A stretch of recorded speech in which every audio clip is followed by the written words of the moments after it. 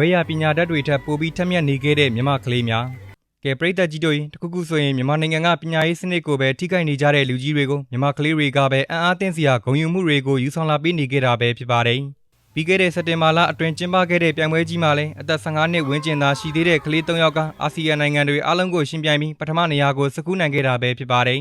ဒီပြိုင်ပွဲကိုတော့မနီလာမြို့မှာကျင်းပခဲ့ပြီးနိုင်ငံအသီးသီးကတီထွင်မှုပေါင်းများစွာနဲ့အတူရှင်ပြိုင်ခဲ့ရတာပါ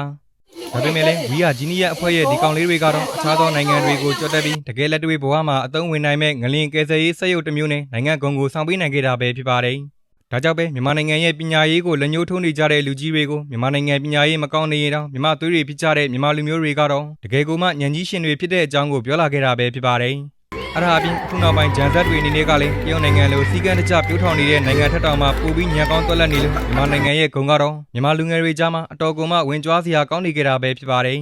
ဆိုတော့လူကြီးမင်းတို့လည်းအိမ်မှာရှိတဲ့ကလေးတွေကိုပညာရေးပဲဦးစားပေးတိုက်တွန်းနေမယ့်အစားသူတို့ဝါသနာပါရာတနေရာမှာတက်မြောက်နိုင်အောင်ပံ့ပိုးပေးဖို့တော့လိုအပ်ပါလိမ့်မယ်ဗျာ။